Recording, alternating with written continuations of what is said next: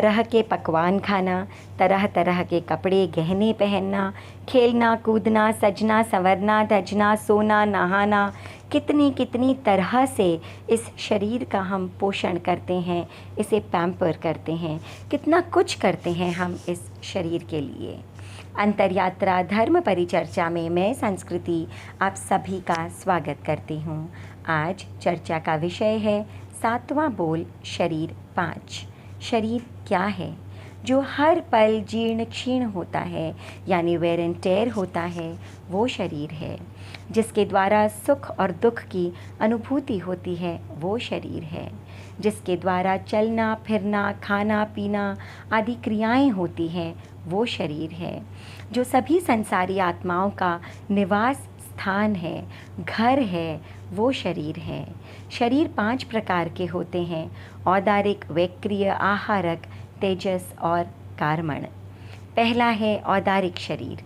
औदारिक शरीर का निर्माण स्थूल पुद्गलों यानी ऐसे कणों से बना होता है जो बहुत सूक्ष्म या बारीक नहीं होते हैं। इस शरीर का छेदन भेदन हो सकता है, गलना सड़ना आदि इसका स्वभाव है, नेचर है।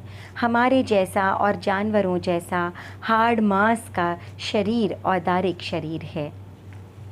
पृथ्वी, पानी, अग्नि, वायु और वनस्पति यानी पेड़ पौधों का शरीर भी औदारिक शरीर है।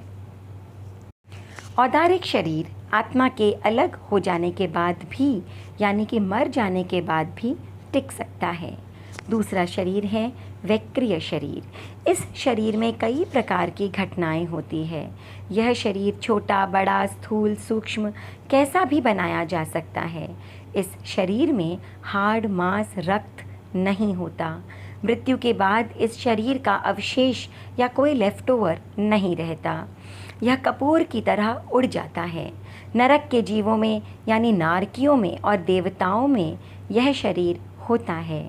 मनुष्य या तिर्यंच भी साधना के द्वारा विशिष्ट शक्ति या लब्धि प्राप्त कर कभी कभी इस शरीर का निर्माण कर लेते हैं।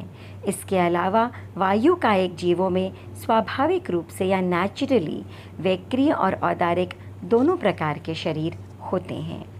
तीसरे प्रकार का शरीर है आहारक शरीर। चतुर्दश पूर्वधर मुनि विशिष्ट शक्ति संपन्न होते हैं। विशेष कारण से वे कभी कभी अपनी शक्ति द्वारा एक शरीर का निर्माण करते हैं, जिसे आहारक शरीर कहते हैं। कई बार उन्हें किसी प्रश्न या जिज्ञासा के समाधान की आवश्यकता पड़ती है। इस समाधान या सॉल्यूशन को पाने के लिए वे निकटतम केवली या तीर्थंकर तक इस आहारक शरीर को आकाश मार्ग से भेजते हैं, जो वहाँ से शीघ्र समाधान लेकर लौट आता है। इस शरीर की गति में कोई बाहरी पदार्थ बाधक नहीं बन सकता। समाधान लेने के बाद यह शरीर पुनः साधु के शरीर में प्रवेश करके लुप्त हो जाता है। चौथा शरीर है तेजस शरीर। यह ऊर्जा शरीर या एनर्जी शरीर है। यह आहार आदि को पचाने में समर्थ है, केपेबल है। यह तेजोमय शरीर है। इसे विद्युत या इलेक्ट्रिक शरीर भी कहा जाता है। इस शरीर में कोई अंगोपांग आदि नहीं होते। यह अति सूक्ष्म कणों से बना होता है। औदारिक, वैक्रिय, आहारक और तेजस इन चारों शरीरों का कारण है 5वें प्रकार का शरीर कारमण शरीर। इसीलिए इसे कारण शरीर भी कहा जाता है। हम अपनी अच्छी या बुरी प्रवृत्तियों और कर्मों से इस शरीर का निर्माण करते हैं। इसी शरीर से यह निर्धारित होता है कि जीव कहाँ, कैसे और क्यों उत्पन्न होगा। तेजस और कारमण शरीर मृत्यु के बाद भी जीव के साथ रहते हैं। ये शरीर अत्यंत सूक्ष्म शरीर हैं, इसीलिए लोक की कोई भी वस्तु इनके प्रवेश को रोक नहीं सकती। कोई भी संसारी प्राणी इन 2 शरीरों के बिना नहीं रह सकता। इन दोनों शरीरों के छूटते ही आत्मा मुक्त हो जाती है। फिर उस आत्मा को कभी संसार में परिभ्रमण नहीं करना पड़ता। इन 5 शरीरों में एक औदारिक शरीर ही ऐसा है जिससे साधना, आराधना, त्याग वगैरह किए जा सकते हैं। और यही औदारिक शरीर जब मनुष्य के पास होता है तो वह त्याग तपस्या के द्वारा, ध्यान स्वाध्याय के द्वारा और साधना के द्वारा, धर्माराधना के द्वारा सभी कर्मों को काट कर उनका क्षय कर मुक्त बन सकता है।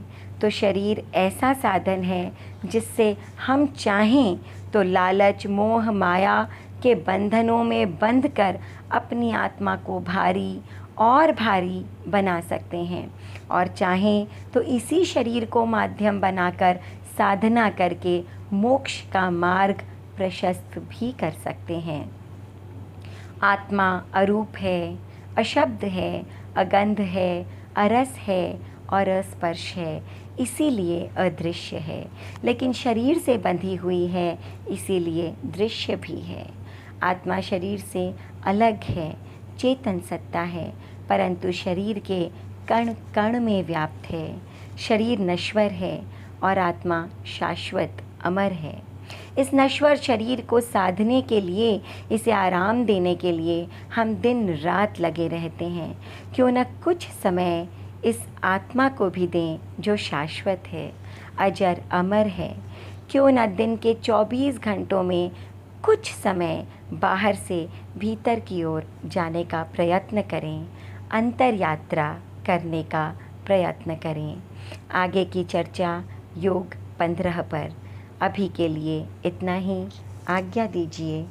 ओम अरहम।